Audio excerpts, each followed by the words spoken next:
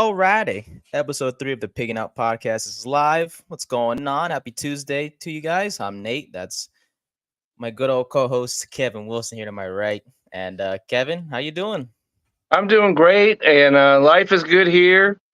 We have some sun going on, and as I said to Vince when we did our show, shout outs to Nebraska, Iowa, Oklahoma, and other places that were affected by the storms over the weekend, because that was pretty hairy. So if you were affected by this at all, our prayers and thoughts are out to you. Definitely, these disasters are nothing to joke about as well. So prayers to those affected, and hopefully recovery is fast instead of That's right.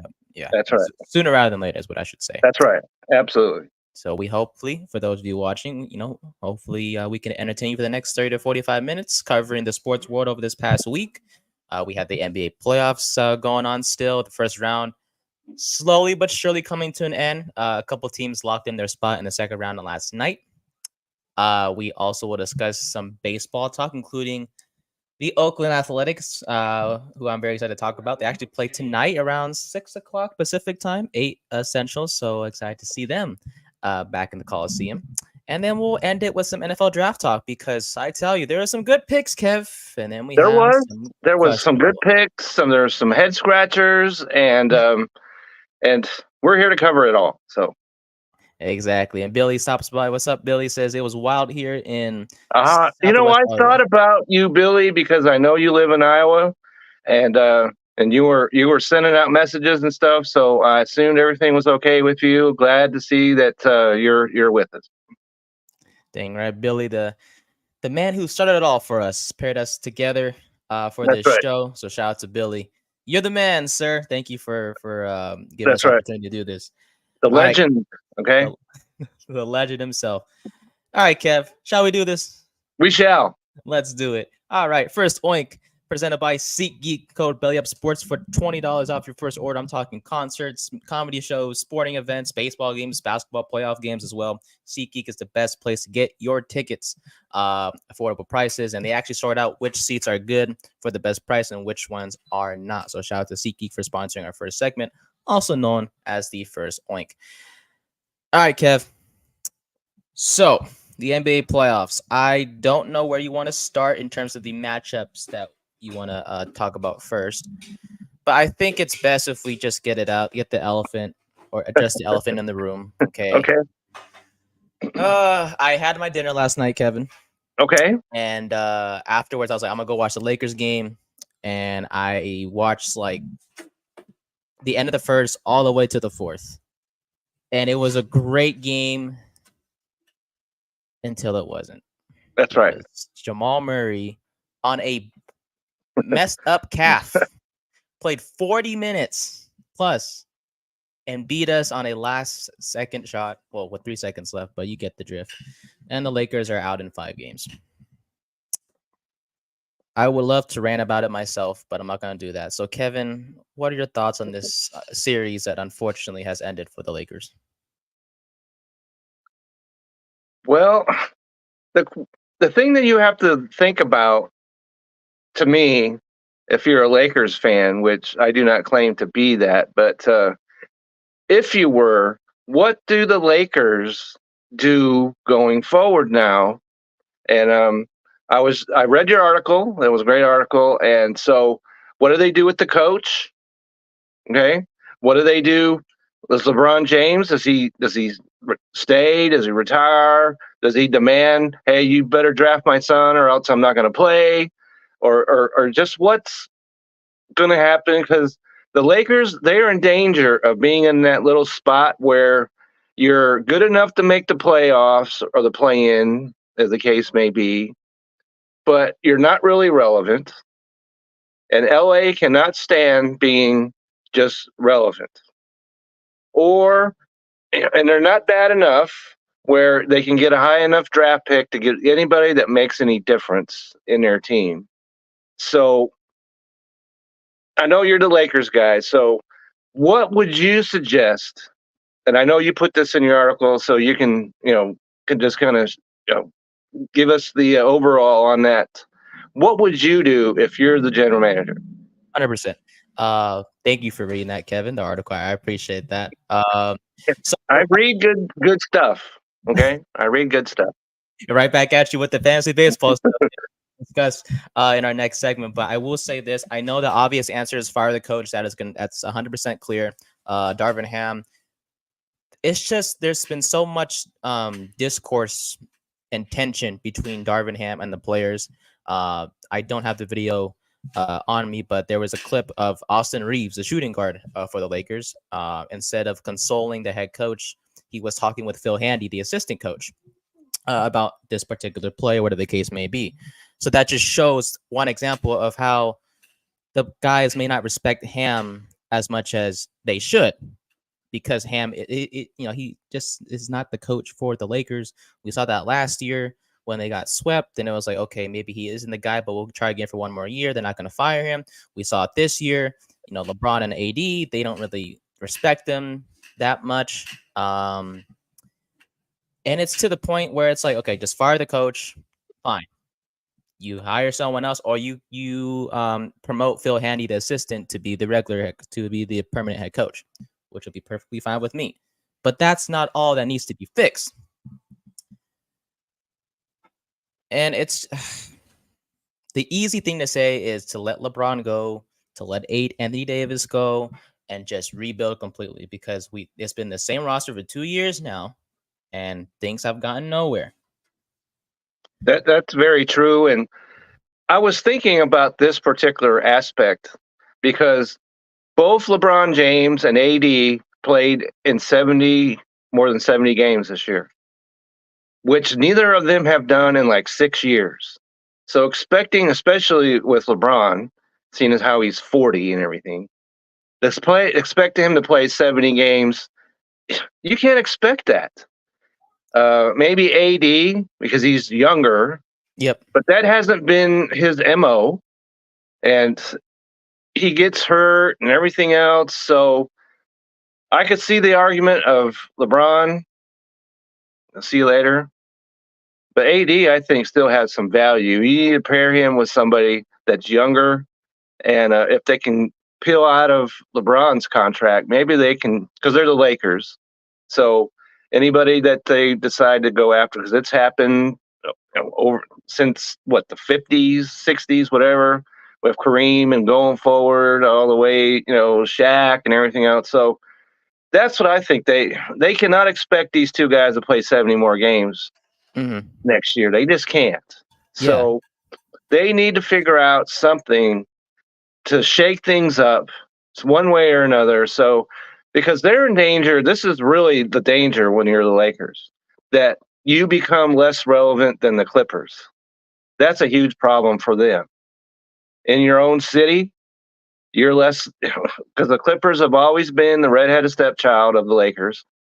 And if you're you can't have that. You can't stand that. So they need to do something. Kevin, I could go on and on and say, okay, this player needs to go. We should trade for this guy and that guy and come up with a bunch of packages. Instead of doing that, because I know we have other series to cover too, I think just to give you a 1-sentence solution, just get younger.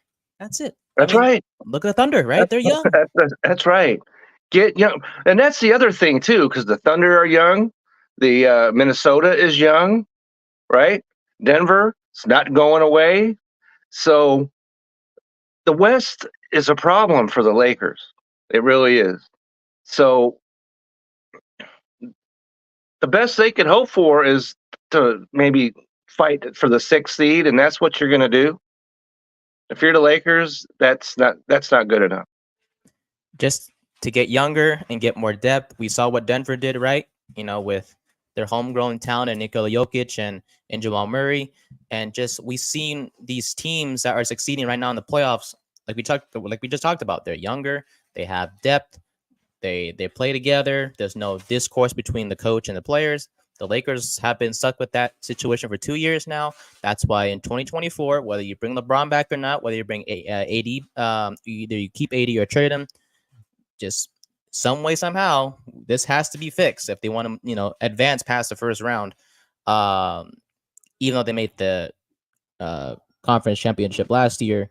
They got swept by Denver. So just regardless, though, it's That's right. okay.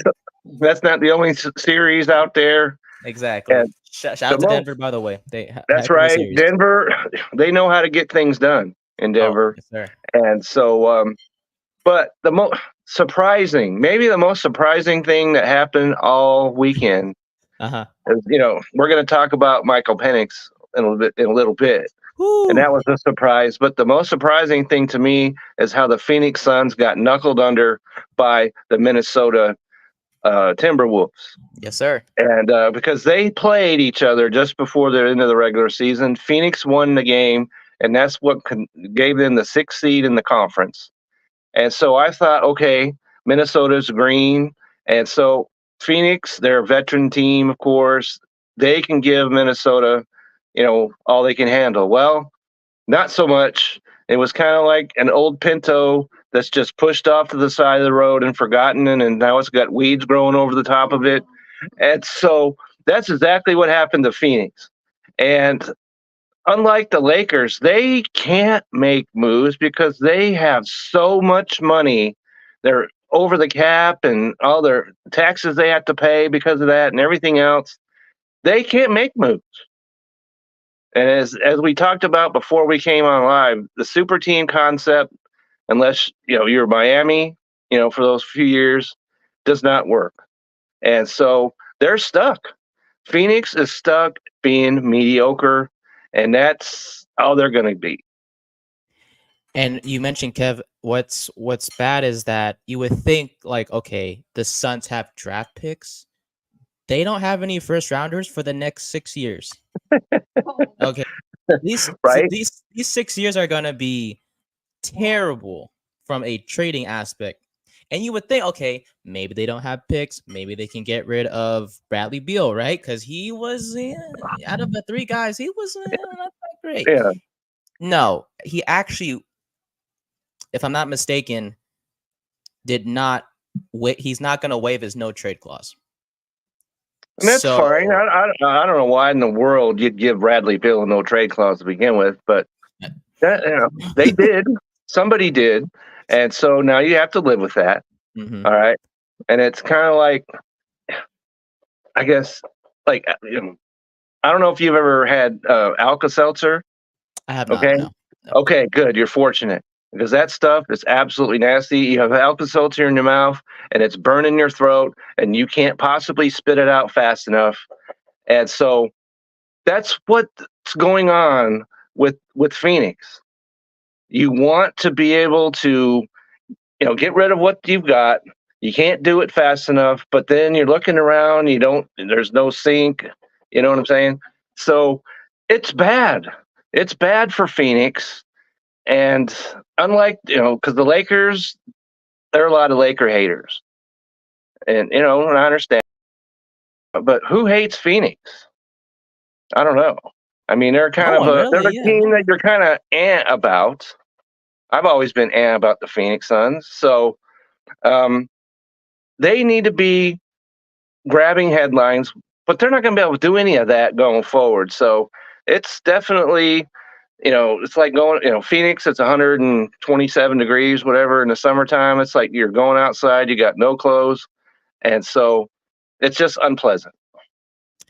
Yeah, Arizona is a calm place. It's a quiet place. It's cheaper compared to California. I would like to definitely move there one day if I had the choice. Unfortunately, that would not make me a Suns fan regardless. And who wants to be a fan of a team that is paying their 3 top guys and Kevin Durant, Devin Booker, and Bradley Beal $150 million guaranteed combined Right. next year.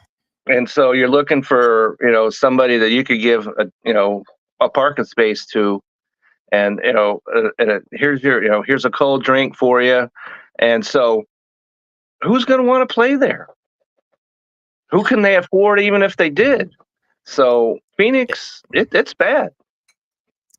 I think the same thing with the Lakers. The situations are similar in that the head coach is probably gone, and Frank Vogel. It seems like there's an issue with that. Maybe trade 1 or 2 of their stars and Booker and or Durant again. Who knows? I mean, I don't When know. it comes to Durant, Has there ever been such a talented player that has done less with that talent? Throughout history. The only reason why he won a championship is because he joined the Warriors when they were a championship squad already. But before that, in Oklahoma City, they made the playoffs. That's all. He went to Brooklyn, and the whole team, the whole car, there was no tires on that car whatsoever. So then they come over to Phoenix, and he just can't. Basketball should be that sport where one guy can make a huge difference because there's only 5 of them to begin with. So he just hasn't.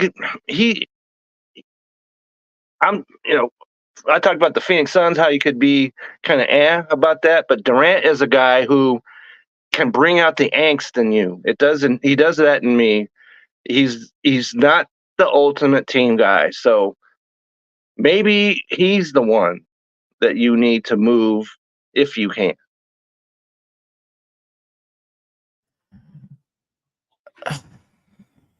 Let me ask you this, Kevin. When Kevin Durant went to Golden State, who was the leader of that team? Steph Curry or Kevin Durant? It was Steph. Okay. All right. Sorry. I was gonna ask you when he went to Brooklyn, was he the leader of that super team? Yes or no? He should have been. Okay. But the car was being driven by Harden. Okay. When he went to Phoenix, was he the leader of that super team? No, he was not. Okay. And so that's what I'm saying. As talented as he is, he's got to be your one A guy. All right. Just like Michael Jordan back in the day. Didn't matter who was on the Bulls. They added Dennis Rodman. He was one A. And you were doing it Michael Jordan's way, or you were sitting on the bench pretty much.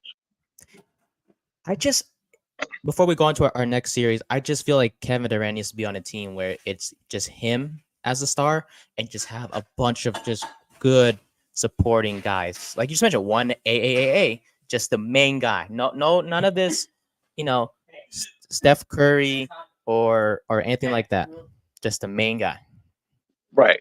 So what are you going to do there if you're Phoenix? Somebody needs to maybe lay hands on you and have a prayer. But other than that, it's over. Fair enough. We'll go from Phoenix. We'll stick in the West Coast-ish before we go to the East Coast. Let's go with the Clippers and the Mavericks because, Kevin, quite a series this past weekend. Game 4 especially. That's right. And so if you're because you and I talked about the Mavericks, and they should be up 3 games-1 in this series, okay? But you cannot, I don't care who you are, cannot be down 31 points in the second quarter at home to anybody. Can't do it. They did it. And as every team that's been in a huge hole has almost ultimately found out, once you get clawed back in the game, you've got no energy to finish. So that's exactly what happened in that last game. They came back, actually took the lead, and then the Clippers had the kick at the end. So they can't be affording that. I still think that the Mavericks can win that series, but they lost a golden opportunity to be up 3-1. They still didn't have Kawhi in game 4. And so you can't be down 31. You just can't. And so they need to focus in. They got an extra day to kind of think things out because they don't play till tomorrow. So if they lose game 5, I think my confidence in the Mavericks is going to go way, way, way down.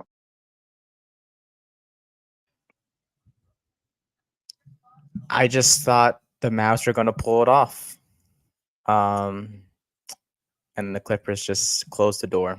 I mean, to be down 33 points and to come back the way you did was pretty impressive as it is. 33. Okay, I said 31, but yeah. No. I think you're right. I'm just 30 plus is still a big margin. Yeah. Especially at home. You cannot have that. And I've been to Maverick games. Okay, we have been to Maverick games, and it's the atmosphere they have there. They're completely in the Mavericks' corner. So they had everything laid out for them to go up 3-1, and they were flat. You cannot have that. And so tomorrow is the key game. So they need to play like we know they're capable of playing. And it was some incredible number that Irving and Doncic were involved in like 97 points, one way or the other. And so the other guys need to step up, and that's the other thing as they were talking about before the series started. This is a deeper Mavericks team. Well, it's not showing up in the playoffs. So they need to show up and support that, their two stars, especially, because they're guards. And they need the big guys to get up there and get around the rim, get the rebounds, block the shots, and play that interior defense. If they don't do that, it's not going to be pretty. You made a great point when we did our pre-show, our show preparation, Kevin, that the Clippers won Game 4 without Kawhi Leonard. Do you feel like they should sit him out and just be careful with him and try to see? Because James Harden and Paul George, they both have stepped up in this series, especially in Game 4. They each put up 33 points. Do you feel like maybe just see how Game 5 goes without Leonard, or do you want to just risk it and see if I always go back to what does the doctor say? If the doctor says he's healthy and play, you play him, and that's the end of that. And so, because if they lose Game 5, then okay, so we're going to put Kawhi in now, and we saw that in Game 2. Sometimes you put your guy in, and all of a sudden the chemistry that you had before that isn't there anymore. We saw that in Game 2. The chemistry was altered in the Clippers, and they did not win. So that's the concern right there. Get him in there, and if he can play. And, when it comes to Kawhi Leonard, that's always the question. Can he play? If he can, you run him, and just he's a veteran, of course. He knows his body. If he says he can play, you play him. Fair enough. Two more series before we go to our next segment, Kevin. They're both these series are 3-1s. Knicks and Sixers. Are the Sixers going to come back, or will the Knicks seal it tonight and move on to the next round? I don't know if they'll seal it tonight. Okay. But I think that the Knicks are going to win that series. Fair enough. I thought maybe the 76ers could win it. But once again, Embiid and Maxey, is that the only two guys that are on that team? And if that is the case, and what's going on in Philadelphia, where you're cheering for Brunson, calling him MVP, all right? And so that's a bad look. And when they came out, because we knew they were going to come out strong in Game 3 after what happened in Game 2. We knew that. But Game 4 was a pivotal game. They didn't show. I think the Knicks are going to win that series. These New York fans, they just, wherever they may be, they just always show up. And that's clear with the Knicks. They showed up at Wells Fargo Center in Game 4. And I do think the Knicks will seal it tonight. Shout out to Jalen Brunson. He's so good. He is so good. So talented. 40, what was it, 47? I believe so, yeah. Okay, and the Knicks didn't even score 100 points. So that means the rest of your team gave you 50. And that's, and he got 47 for you. And he also helped me win part of my parlay. So shout out to Mr. Brunson for, getting me my assist and rebounds. But that's a story for another day. Okay. As we shift to the Pacers and Bucks, Kev, we talked about it, I believe, last week, right, with the whole Giannis situation. It's over at this point. It's over because tonight you have no Giannis, and not only that, but you don't have any Dame either. And so, yeah, it's all over but the crying. And, I thought they showed something because they won Game 1. But the wheels have been off the car ever since then. And so when we get into the prop bet tonight, this is where I'm going to go for my prop bet, just to give a little shout out right there. But yeah, it's over with, and you could talk about an unmitigated disaster because they got rid of their coach, right? Who had a good record, bring in Mr. Rivers, and it was worse. It's been worse ever since then. And then there's been no continuity, even when the two of them were on the court. So this is bad for Milwaukee, and it might be one of those situations where they got their championship, kind of like Toronto, right? You got your championship, and so now move on. 100%. Yeah, it's unfortunate. If Giannis and Dame were healthy, the both of them, I feel like the Bucks would have moved on easily to the next round. But But they're not. Yeah, even when Giannis was gonna be out game 1 and game 2, that kind of just sealed their fate, because as good as Dame is, the Bucks were had a disadvantage from the start. And they did. They really did. Yeah. And so and that leads us into our fantasy question. That is correct. Okay. What do you got for us, Kev? Okay, so the question is, we're talking about Giannis, and we're talking about AD, and we're talking about Joel Embiid. Are these guys, would you, because they've been at the top of the first round for a while now. So are you taking any of those guys in the first round of a draft next year? Giannis for sure.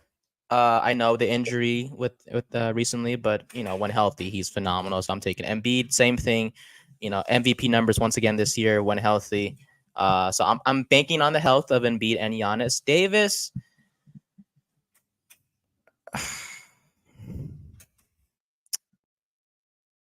In a 10-man draft, there's 10 guys better than him. Okay, that's fair enough. Fair enough, because I was thinking about this. And okay, so at the top of the draft, you've got Josic, of course, Wemby, right? SGA. You've got Anthony Edwards. You got Tatum, right?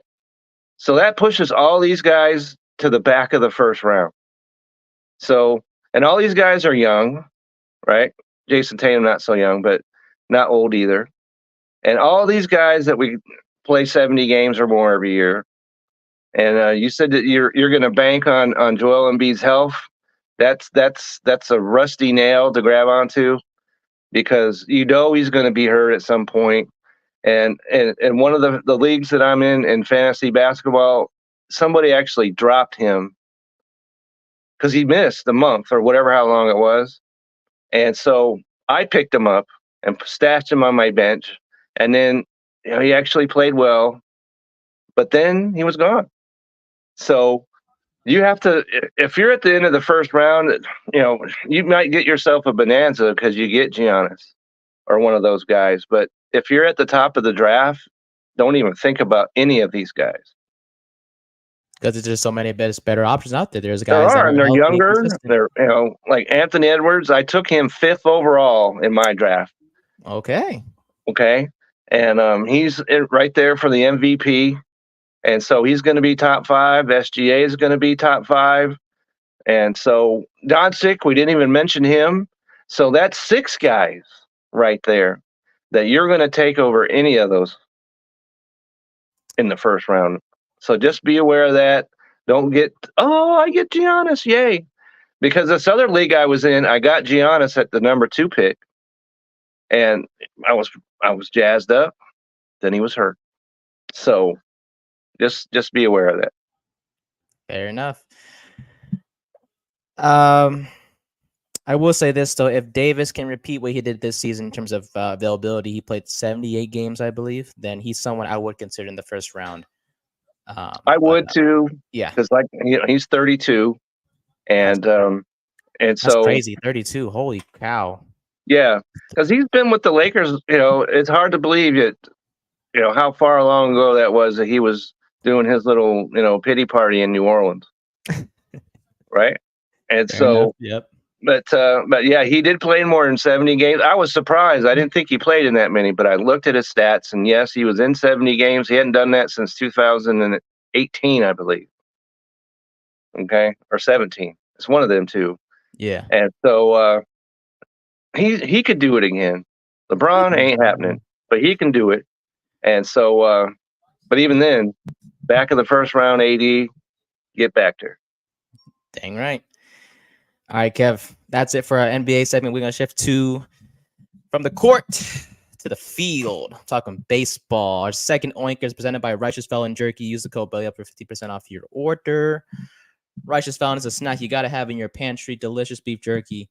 Shout out to them for sponsoring this second segment of ours. And I tell you, I had very high expectations for my Oakland Athletics. I'm blessed that a good friend of mine introduced me to the A's a couple years ago. Took me to my first baseball game at the Coliseum, and I've been hooked on to them ever since. And yes, they had a bad year last year, very bad. Yeah, you can extend that a few years if you want. Yeah, but then this season, Kev, we got something going in Oakland. Yeah, because they are in third. Third Okay. place. The Third place. Astros and the Angels can just stick to the back of the bus. That's right. I'm not gonna cuss on this show, but Okay. man, these A's, Kev, come on. Okay. We got something going. So you're speaking to a guy who, like you, has been to an Oakland A's game in person. Okay, and so I never counted myself as a fan of theirs. All right, but I've been there, and you gotta like the spunk, if you will, right? Because they got like 18 fans in the stands. So yes, you're one of them. All right, and who can you blame, because they're leaving anyway, and so you have to give it to the players. You have to, because they show up and play hard, and they've got some young guys, and I know there's one in particular that you want to talk about. So I'm going to give the floor to you. All right. So, I mean, but first off, in all seriousness, the A's, the fact that 13 wins right now, they didn't reach 13 wins last year until June 6th. We are on April 30th, and they're already at 13 wins. So, for those of you betting the under on the A's win total this year, yeah, you look foolish. I'm saying if I could have, because of the California laws, I would have bet a good amount on the over, and I would look pretty smart. But I'm not trying to be cocky. I'm just super excited about the A's because that's okay if you are. Yeah, it's just they made me proud so far. I mean, yeah, we got swept, opening week against Cleveland. Well, we almost got swept, and then we won the last game of the series. And we had a few winning streaks here and there, but recently, on this road trip was I think 10 games. The road trip was. We tied the series between the Yankees 2-2. We just beat Baltimore 3-1 in that series. We beat Pittsburgh last night, which is not saying much, but it's a win regardless. Against the Pirates. So, 13-7, 17 the A's are. Hitting wise, they're the worst in the league, which is bad, but pitching wise, that's okay. Now this is where we can get really, really, really. Yes, let's, Kevin. We'll start with the obvious guy, Alex Wood. No, I'm just playing. Mason Miller, the closer. The 100 miles per hour just fires that ball to the catcher Langoliers, and oh man, I'm telling you, he can fire that thing like no other. Kevin, I haven't seen a reliever like that in a minute. It's for the A's, and he's been dominant.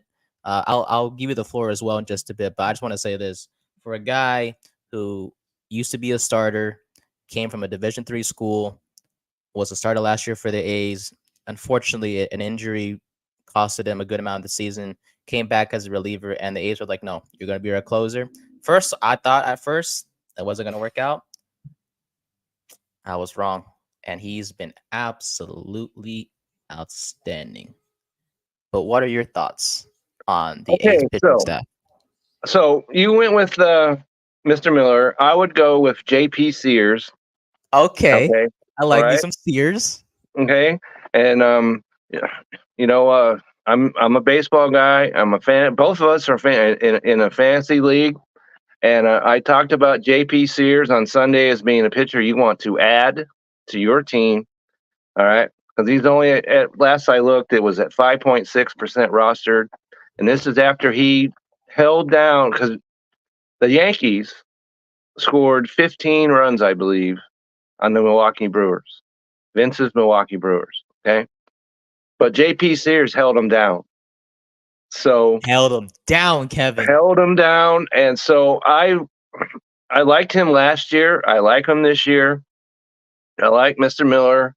I'm not really a relief pitcher guy as far as fantasy is concerned, but if you are, you need to have because he goes out and 1, 2, 3, and he comes back in the dugout. So I like him a lot over there.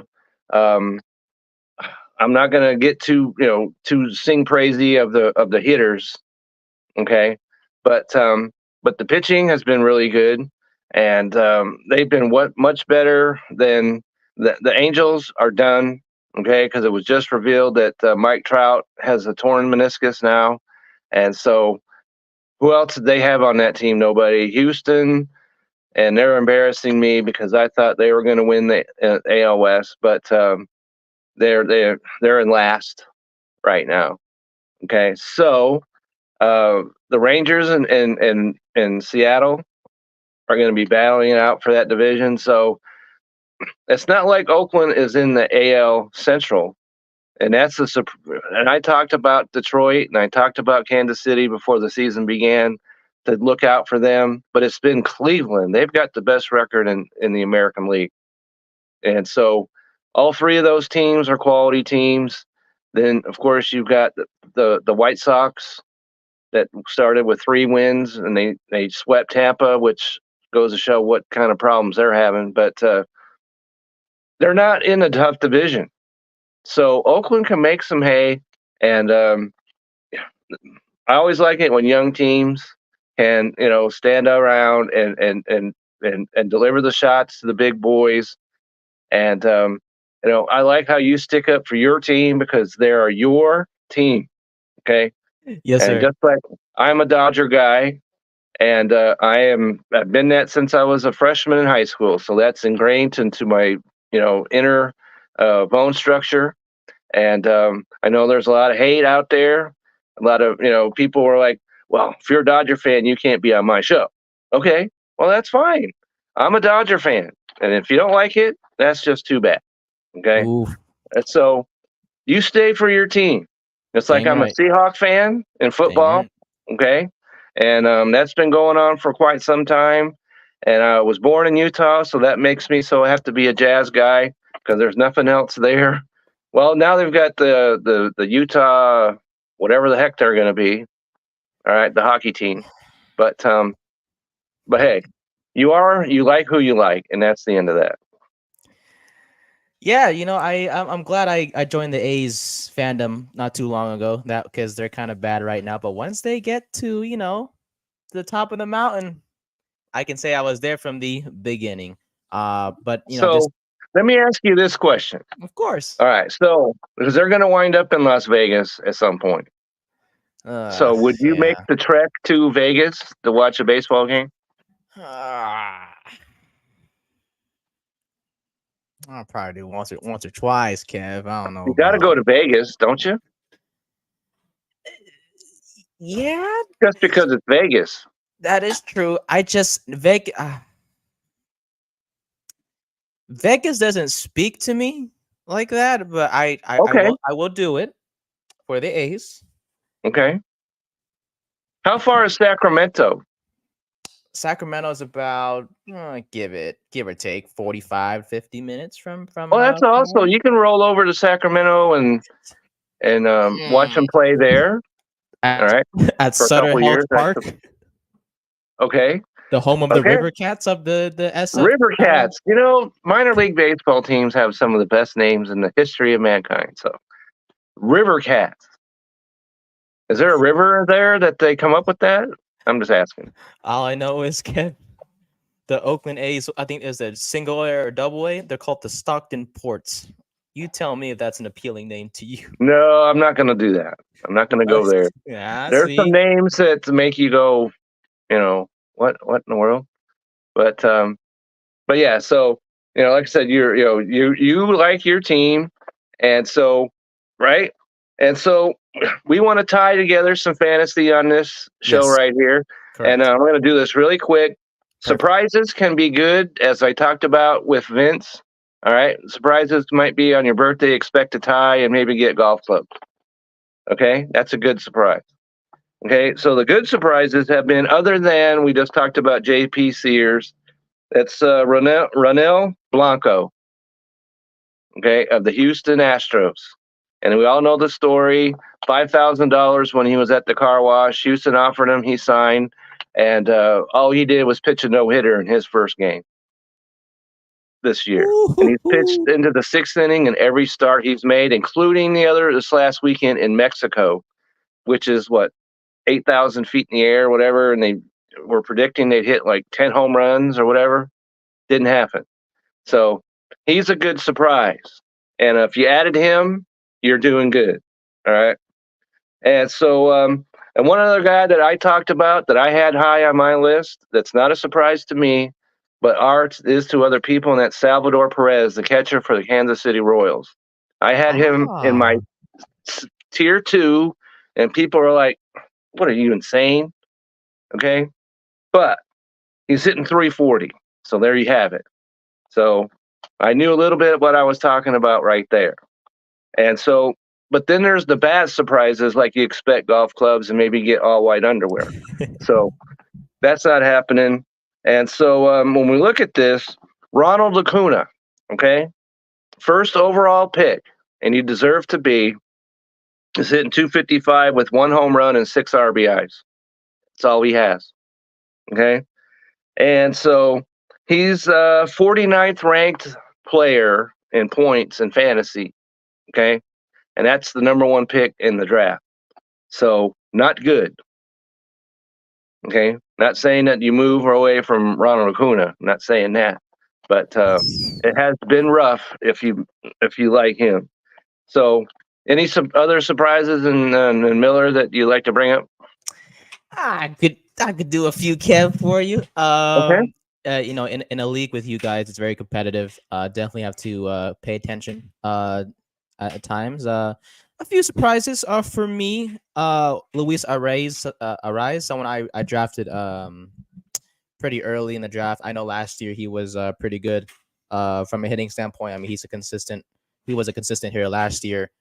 This year, not as off to a fast start like last year, but hopefully it's surprising in that I expected him to be at the same level he was last year, and he wasn't. Hasn't shown that as much this year from a fantasy perspective. Colton Cowser, the outfielder for the Orioles, I picked him up recently. He's been pretty good himself on a little power streak, if I'm not mistaken. But if I could, a couple athletics stand out to me from a fantasy perspective outside of Mason Miller. Lucas Erceg, Okay. the setup man for the A's. He's been quietly doing his thing. If he's out there in your fantasy leagues, maybe consider him. Not trying to be biased, but he has been pretty good. I wouldn't trust any starter other than Paul Blackburn for the A's, and Sears from a fantasy standpoint. Alex Wood and Ross Stripling have been inconsistent. So is Joe Boyle, who, let's be honest, me and you, Kevin, we don't really know about Joe Boyle that much, but No. we're just gonna leave it at that. But other than that, and then Ranger Suarez. I'm Okay. also part Phillies fan. He's been, holy crap, Kevin, he's been phenomenal. But other than that, I think that will do it for the baseball side. Okay. And I've waited So for this segment just for a while. right, we're talking about fantasy baseball. So Sundays at 7 p.m. Central, Vince and I, the fantasy baseball show. You want to be here for that. Because if you're not, you're gonna miss some valuable information. That's right. Myself, I tune in because I like to get tips from you guys, so I can beat you to it. But And Just I noticed that because there were some guys that I talked about and I signed off the show, and then all of a sudden I get the notice, bam, he's no longer available. I'm like, man, I just closed my mouth about that. So it's because of me. that's right. So, sometimes it's a detriment to do a show like that because you put out your kind of lay your soul, your strategy soul a little bit. But but I'm also doing that so other people can benefit from it. So I do that and I enjoy doing that. I'll admit, Kevin. See, I do it because I know most of the guys in the league are on the East Coast. So when everyone's asleep, Kevin, I've seen you I'm do that. Yeah, I that's have. me. That's me. That's right. Staying up late to make those fantasy moves. That is me, sir. While it's 2 or 3 in the morning on the East Coast, I'm up over here making fantasy moves, picking up players, looking at guys who have been added a lot by other people, and just doing my thing, Kevin. So I'm just I've trying to keep seen up with that. you What guys. was I that? tell you. What was that yesterday? I woke up and there was something that you did. It was like 1 o'clock in the morning, and I'm like, how in the world are you up this late at night? But you were, so do what you got to do. I got my phone here. If you don't mind, I'm checking my phone and see what did I do at 1 in the morning. Here we go. 3:42 in the morning. I added Okay. Brian Hayes. Okay, I'm with you on Brian Hayes, as long as you don't start to talk about O'Neal Cruz, because that would We go will in a not. totally I different promise we direction. won't do that. I promise Okay. we're not gonna Okay. do that. As we shift towards our third and final segment, that third oink presented by Yeet Sunglasses, outstanding glasses, affordable. They look like Oakley, but they're so much better for the price and the design and the material. So shout out to them for sponsoring this segment. Use the code BELLYUP for 10% off your order. So the NFL draft happened this weekend. It did. It just happened to happen. Sure. Yeah. The first 7 picks were normal. Right. Especially the first 4 were chalk, if you will. And then it was kind of surprising the Chargers went with Alt. But And then Giants got and Neighbors. then your Giants. So, Yes, didn't have to worry about centering you on that one. So, and I thought that was the correct decision. Okay. Even though there were some writers in the Dallas Morning News who said that the Giants should have taken a quarterback. Yeah. Yeah. So we're not going to get into that, but so I thought that was a good pick. Tennessee went with their since they were attached to Alt pretty much the entire process, but Chargers beat them to it. But they've got their offensive tackle, and then comes Atlanta. Okay. Yep. And so I've heard this discussed in just about every possible way, and I think that the main reason why that people are upset about this is the wrong reason why they should be upset about it. Elaborate, And my good so sir. to explain, because people were pointing out, well, okay, people were saying, well, he's 24 years old, Correct. right? He'll be 26 when he gets to be the starter, let's just say. Okay. But if he plays and he's a good quarterback for Atlanta for 6 years, are they going to really hear how old he is? That was the wrong reason to criticize that selection to me. They should have criticized it because they could have, everybody that wasn't in a coma knew that Minnesota wanted to trade up. Everybody knew it. They weren't able to trade into the top 5. And so they should have duped, okay, Minnesota into trading up to that number 8 pick. They weren't going to take him. They wanted JJ. Everybody knew they wanted him. They should have figured out a way so they could trade back to number 11, get another pick, and then go ahead and take Michael Penix if that's what they wanted to do.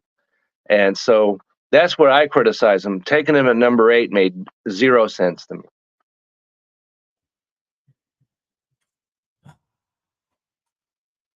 I don't understand. You don't sign a guy for $100 million guaranteed just for him And I don't care what the GM says, however you pronounce his last name. He sounds French. I'm not going there. I'm not doing that. We're not Okay, doing that. we're not doing that. Okay. If you want to email the show and let us know how to do that, that's fine. Because we know you like to watch the show. We know he's a fan. But yeah, so we're not going to try that here. So it's just like, okay, so he says, okay, Kirk Cousins won't he will not have to watch behind his back, because he's going to be the guy, and Michael Penix will sit behind him.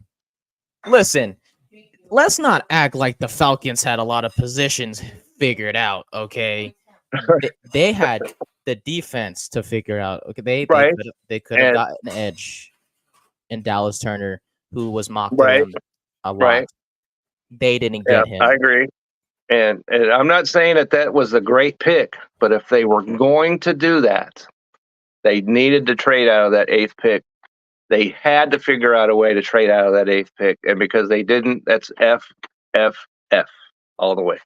And like, we give him an F. It's not because of the player. It's the fact that he was chosen not just that early, but to a team that didn't need him. And it's like, my philosophy is, if Kirk Cousins somehow stinks up the joint in 2024, that means the team's going to be bad. There's quarterbacks next year. You have Shadur Sanders, you have Carson Beck, you have Quinn Ewers, and Drew Allar from Penn State. You have 4 guys you could get in the draft next year. There was no need to go get Penix. No. There's concerns with Penix. I'm not talking about injury history. There are, and that's the reason why he was going later in the draft. We know this. 100%. And so I don't want to sit there and pretend like he's a glowing, even though we both like him. Yeah, of course. But like you're saying, there was no reason to take him at number 8 whatsoever. There may not have been a reason to take him at number 38, but at number 8, that's just not smart. Yeah, and I'm happy for him. I'm glad he got chosen at that position, because they do get paid more at that position compared to, if he was chosen at 38. At the same time, though, it's just a matter of when he's going to play. And if he has to wait 2 years, with how talented he is right now, I feel like the Falcons may be looked at as some sort of a joke, because I honestly, Penix could start for me from day one. And the fact that he has to sit behind Kirk Cousins, who they paid $100 million plus to, just for him to have to look behind him, if he does something wrong. And then you don't let him, I've never been an advocate of massaging players' egos or whatever, but they could at least give him a heads up that they were going to do that. Exactly. Because the next day, the lead story on ESPN, okay, Friday morning, as I wake up, I'm not on the West Coast, so I wake up at 5, and I know you're turning and tossing over there, but and the lead story is talking about how upset Kirk Cousins is. Not who was picked or where they were picked or any of that. But so you just call him up, say, hey, Kirk, we're just giving you a heads up because and this is why we're doing it. And then he could go back to, playing ping pong or whatever it was he was doing, surfing, whatever it was. And then you don't have him and his agent belly aching in the newspaper the next day.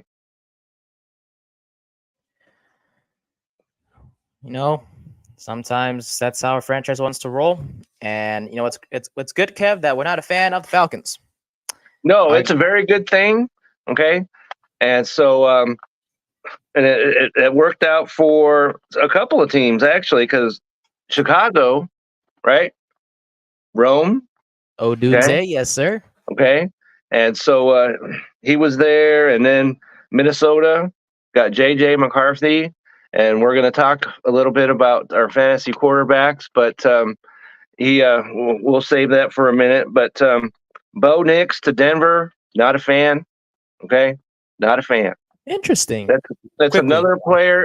Maybe to Denver's okay, but I've lost faith in Sean Payton, and so okay. But that's another guy I think that they could have traded back a little bit and got some more draft capital. Okay, so we'll see about him. And so out of all these quarterbacks, we know, at least I do, Williams is number one. Yes. Who do you put in the number 2 spot?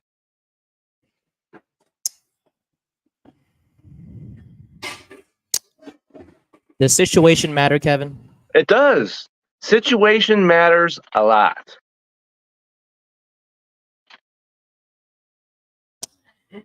I'm gonna say JJ McCarthy. Okay, I'm not going to argue with you at all. And you know why though? You I understand? know why. Because you've got two, JJ is thrown to another JJ. Okay. And so, and they've got not just JJ, right? They've got a tight end who has been an all pro. They've got a second year wide receiver over there who is talented. Jordan Addison, so, correct? Jordan Addison, that's right. And so he's got the weapons. Okay. I would maybe argue that Caleb's got the best weapons. Maybe. Okay. So, yes. So JJ McCarthy is definitely, especially in fantasy, if we're talking about fantasy. All right. And so JJ McCarthy to me comes in at number 2. And I know you talked about Drake May, who I liked maybe better than Williams as Correct. a quarterback Yes, prospect. Okay. But he's in a terrible, terrible, terrible position that who is he going to throw to? Kendrick Right? Bourne and Keyshawn Boutte. Okay. Okay. If that's your answer, that's not good. All right.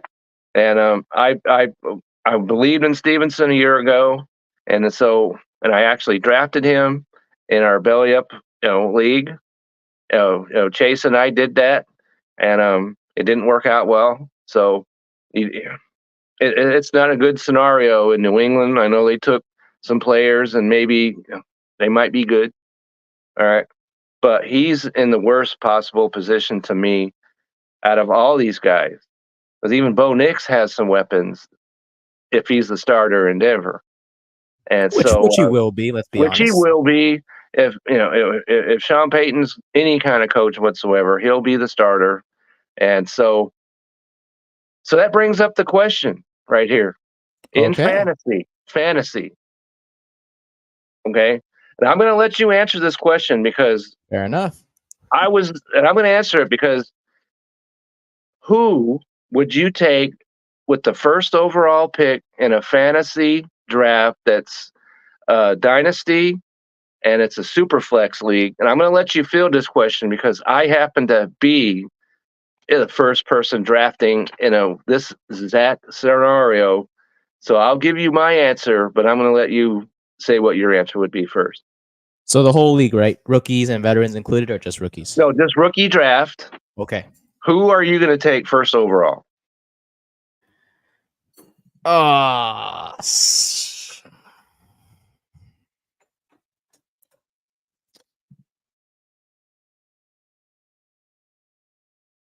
Screw it. I'm going Marvin Harrison Jr. I can't.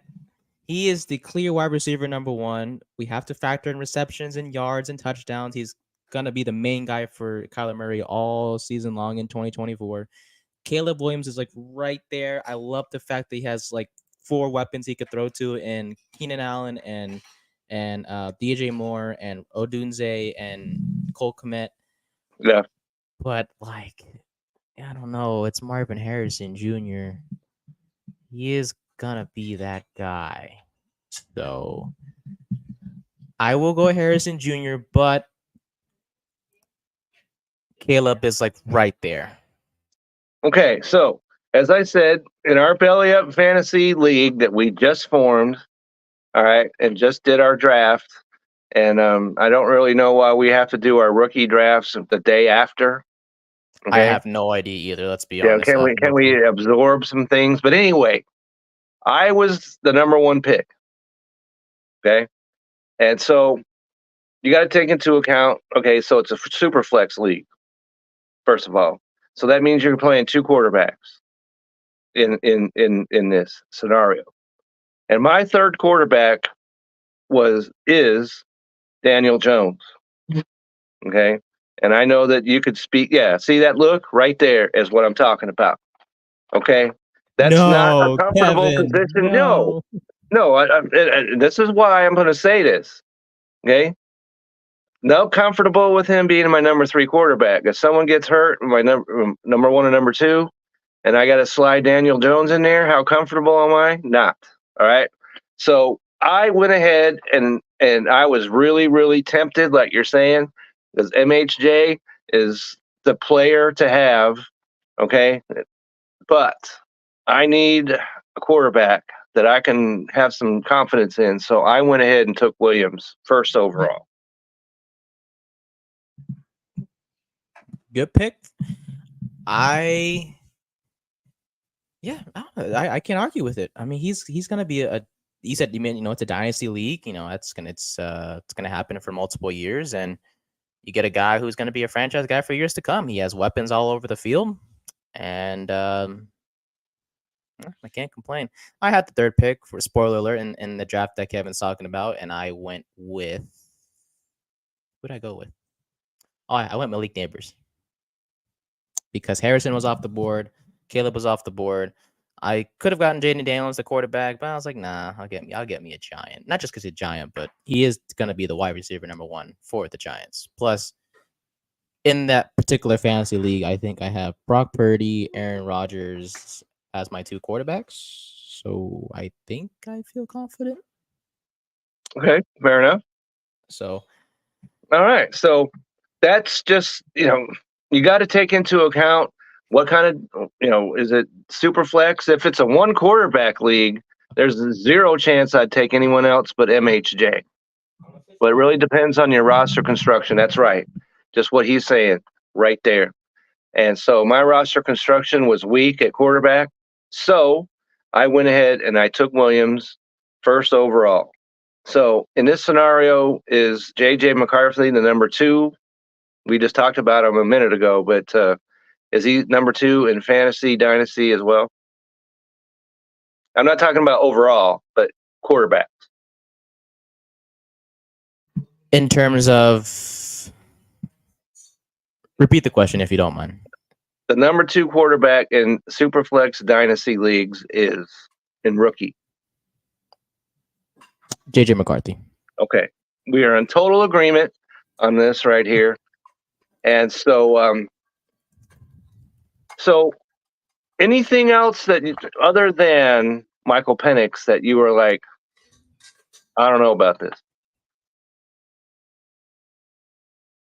From a quarterback perspective, no. I think Penix is the only question mark. I feel like all the other top 5 quarterbacks in the draft will have they either have the starting job or they're going to get the starting job sooner rather than later. Williams the starter, May the starter, McCarthy the starter, Daniels the starter, Bo Nix the starter as well. Okay, so how about this question? Where in fantasy rookie drafts do you take Mr. Penix? Oh, last round for sure. He's not going. Well, I guarantee you he won't be there in the last round.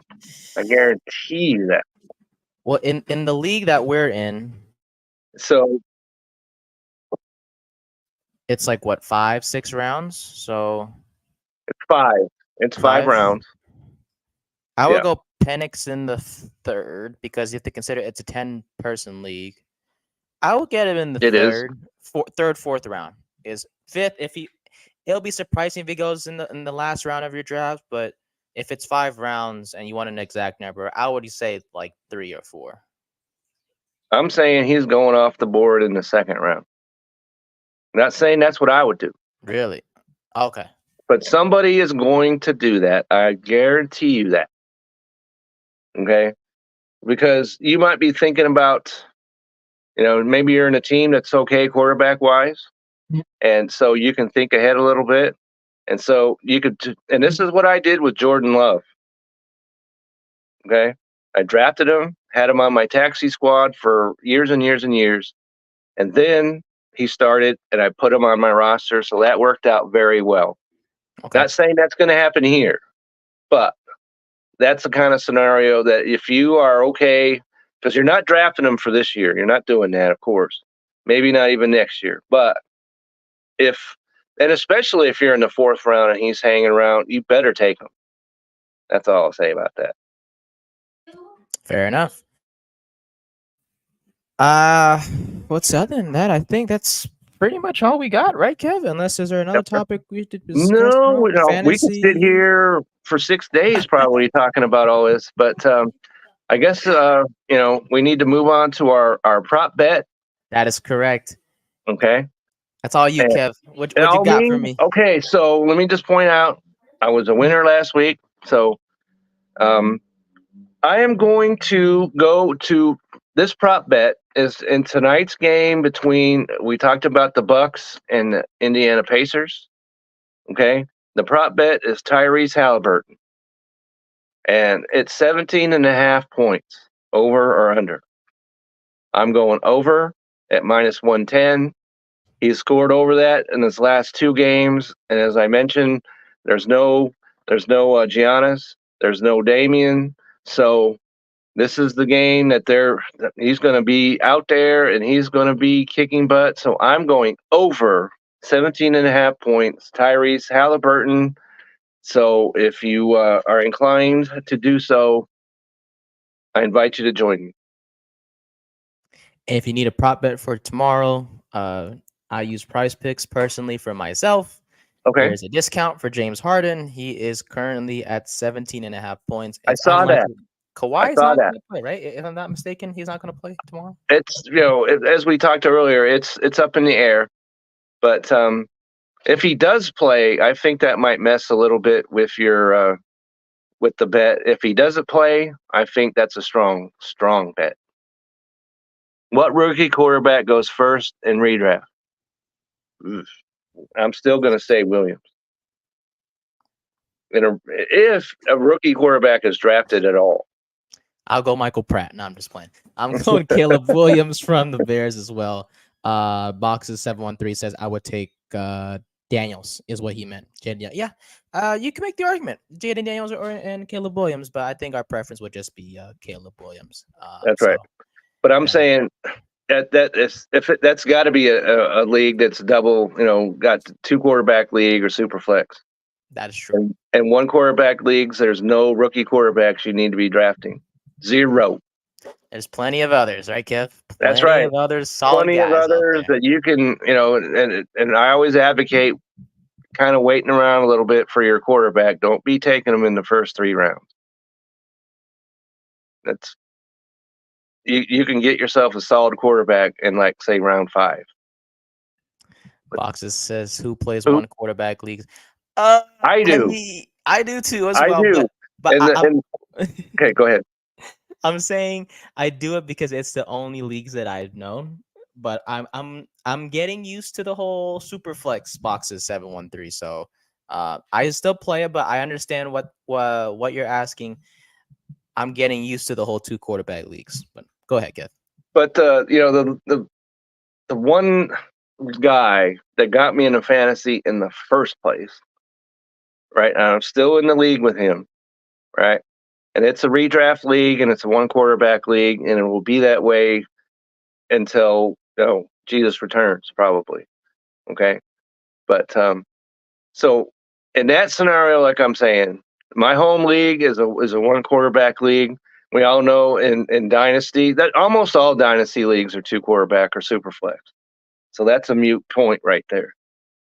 So fair enough. But at 1 quarterback leagues, don't draft a rookie quarterback. Don't do. Good advice. Well, that'll do it. 3rd episode of Piggin Out is in the books. That's in the books. Woohoo! Woohoo! I mean, we come to you guys like once a week anyway. So we're bringing on the power. We appreciate you being here as we flex up a little bit, and we're glad to have you with us. Of course, we appreciate you guys listening every Tuesday and watching with us, watching us talk sports and recap what happens in the past week. So whether it's NBA, baseball, NFL, sometimes hockey, maybe one day we'll do soccer. I have no clue, but you might need to hook me up to a computer, and transfer that into my veins, because my soccer knowledge is not going to fill any books. I'll just say that. Yeah, I tell you, my soccer knowledge is pretty low too. But at the end of the day, we're just glad you guys are watching us and listening to us. Whether So the if audio you're listening version, and you have a suggestion of a topic to cover, throw it to us. put it in the comment section. That's right. Easiest way to do it. That's right. Join us live during the show. We always love to put comments on the YouTube live to for us. Any questions you guys have for us, we'll always answer. You guys are never ignored.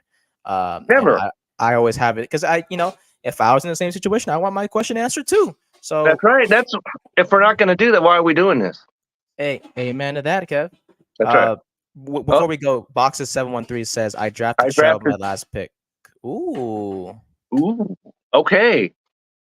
Well, props to you. Okay. Smart move. Big time props to you because that was a move that paid huge dividends. Huge. But generally, no. Because if, let's say you'd flipped that and you said you took Bryce Young, you'd have been in the ditch. Yeah.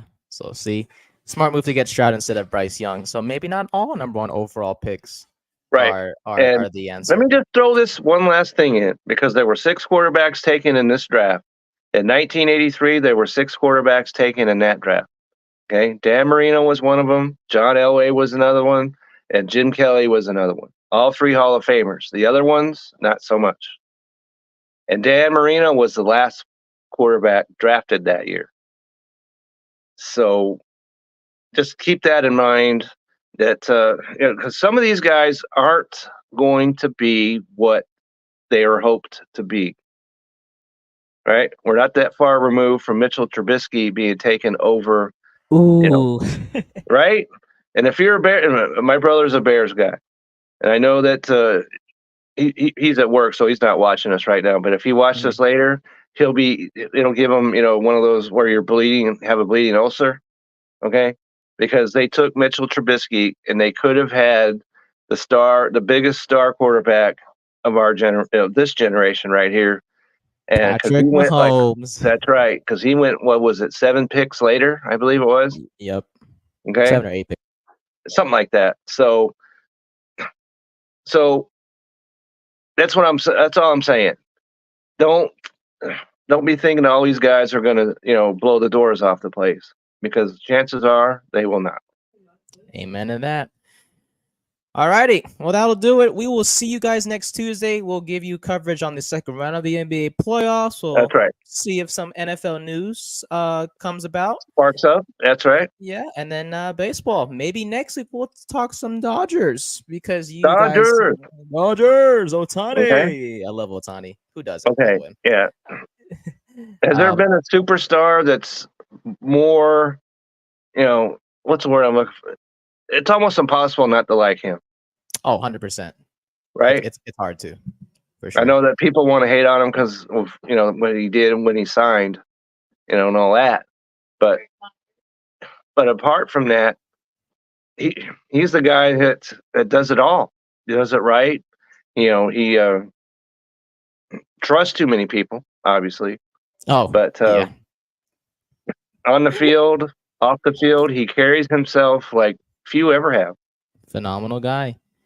We'll discuss him on the Dodgers next week, likely, and then we'll go from there. Kevin, as always, thank you, sir. Thank you guys. It's always a pleasure. It's always fun. We kick some, just kick the tires and see if there's, do the tires, do they have tread on them or are they bald or what? But so it's always fun. Yes, sir, it is. And we thank you guys for watching and listening. We'll see you guys next Tuesday. And look out for clips of our show throughout the week. Have a good one, boys and girls. Right. Have a great week.